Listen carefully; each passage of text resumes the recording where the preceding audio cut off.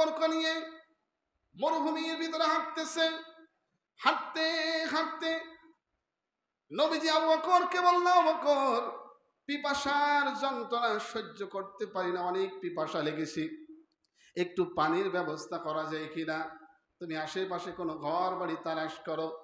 আবু বকর বলতো, ইয়া রাসূলুল্লাহ, আশেপাশে কোনো ঘর তো তালাশ করে পাই না, কোনো ঘর তো দেখি না।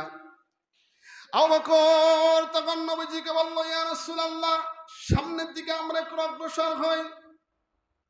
নবীজিকে নিয়ে আবু বকর সামনের দিকে অগ্রসর হলো।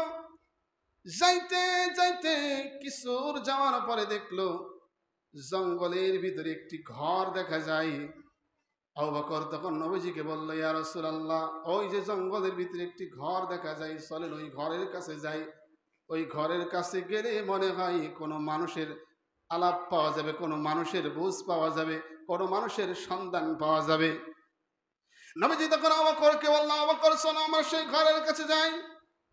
আবু বকর নবীকে নিয়ে তখন ওই ঘরের কাছে গিয়ে সালাম দিল। সালাম দেওয়ার পরে একবার প্রথম সালাম দিল, সালাম দিয়ে বলল, ঘরের ভিতরে কেউ আছেন কিনা, একটু সাড়া দেন। আবার সালাম দিল, তাও কোনো আলাপ পাওয়া যায় না, কোনো শব্দ পাওয়া যায় না, কোনো কিছু বোঝা যায় না। এইভাবে সালাম দিতে দিতে চারবার সালাম দেওয়ার পরে বলল, আমাদের বাড়িতে কোনো পুরুষ মানুষ নাই, আমি একজন মহিলা, পদ্মানিসীন মহিলা, পদ্মা করি, তোমাদের এসে দেখা করতে পারি না। তোমাদের কি প্রয়োজন তোমরা দূরের থেকে বলো, আমি তোমাদের প্রয়োজন দেখে মিটাইতে পারি কিনা। আবু বকর তখন উম্মে মাআবাদকে বলল, উম্মে মাআবাদ, আমাদের খুব পিপাসার প্রয়োজন, পানির প্রয়োজন, খুব পিপাসা লেগেছে। উম্মে মাআবাদ তখন বলল, আমাদের ঘরের ভিতরে কোনো পানি নাই, একটু আগে আমার স্বামী ছাগল বকরি নিয়ে চড়াইতে গিয়েছে, খাওয়াইতে গিয়েছে ছাগলগুলো। উম্মে মাআবাদ তখন বলল, ঘরের ভিতরে এমন কোনো দুধও নাই তোমাদেরকে পান করাইব, ঘরের ভিতরে এমন কোনো খাবারও নাই তোমাদেরকে খাওয়াইব।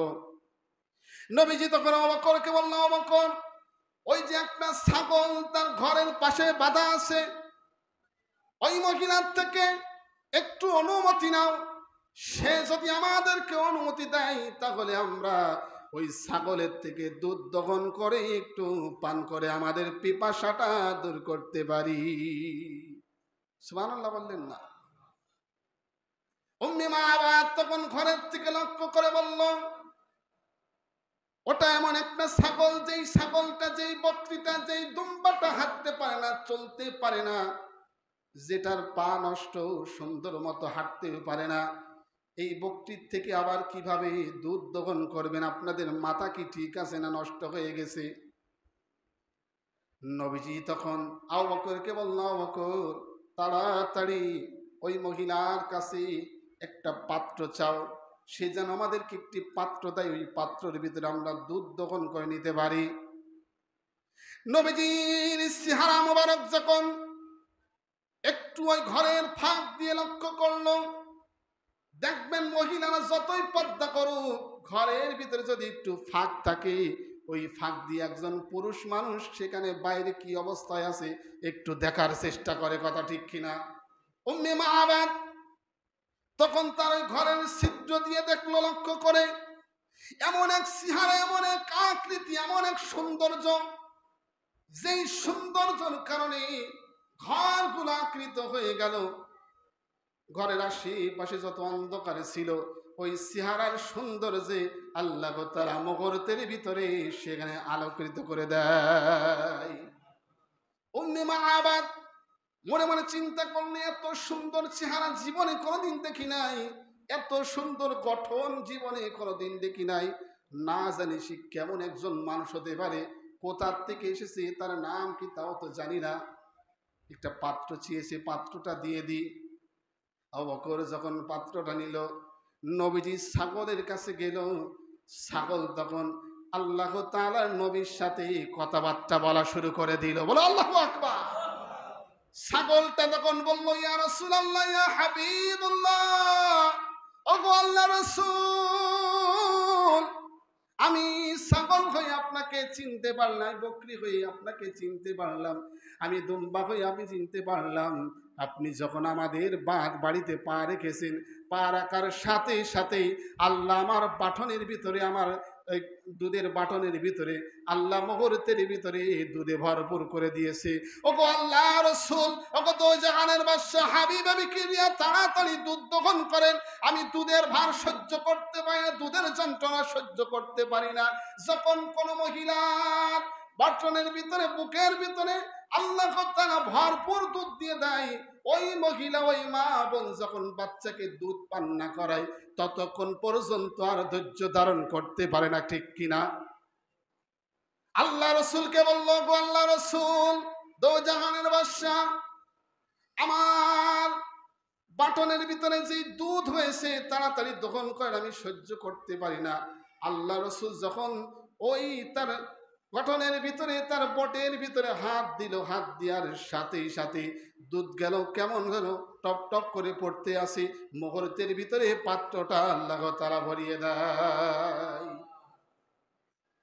উম্মে মাহাবাদ ঘরের থেকে লক্ষ্য করলো, যেই ছাগলটা হাঁটতে পারে না, চলতে পারে না, ওই ছাগলটা মুহূর্তের ভিতরে, ওই বকরিটা, ওই ভেড়াটা মুহূর্তের ভিতরে দাঁড়িয়ে আল্লাহ সেই একজন গোলাম, একজন মানুষের সাথে কথা বলতেছি।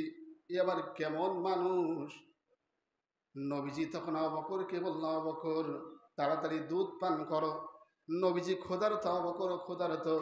নবী আগে নিজে পান করে নাই, তার সাথী আবু বকরকে আগে বলল, তুমি আগে পান করো আবু বকর। আবু বকর নিজে পান করলো, নবীজি পান করলো। অবশিষ্ট যত দুধ ছিল, ওই দুধটা ওই মহিলার কাছে, ওই পদ্মানিশীর মেয়ের কাছে দিল।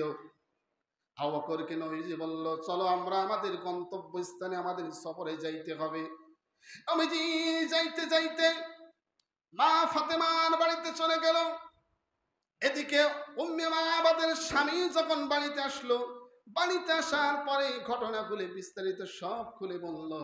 উম্মে মাবাদের স্বামী তখন বলল, আর দেরি নাই, আর দেরি নাই, চলো সেই মানুষের খোঁজ করি, যেই মানুষ আমাদের বাড়িতে আসার সাথে সাথেই আমাদের রোগা ছাগলটা, বকরিটা, ডুম্বাটা মুহূর্তের ভিতরে সুস্থ হয়ে তার গর্বে আল্লাহ তাআলা তার বাটনের ভিতরে, তার বডির ভিতরে আল্লাহ মুহূর্তের ভিতরে দুধ দিয়ে দিল। চলো আমরা সেই মানুষটার খোঁজ করি। খোঁজ করতে করতে মা ফাতেমার বাড়িতে চলে যায়। সেখানে গিয়ে দরজায় লক করলো। লক করার পর দরজা খুলে দেখতেছে দুইজন মানুষ নবীজির কাছে উপস্থিত। তখন উম্মে মাহাবাদ তার স্বামী বলল, আমরা আর আমাদের ধর্মে থাকতে চাই না। যেই নবী একটা অসুস্থ ছাগলের কাছে যাওয়ার পরে সুস্থ হয়ে যায়, ওই নবীর কালেমা আমরা গ্রহণ করে ইসলাম ধর্মে প্রবেশ করতে চাই। বলুন লা ইলাহা ইল্লাল্লাহু মুহাম্মাদুর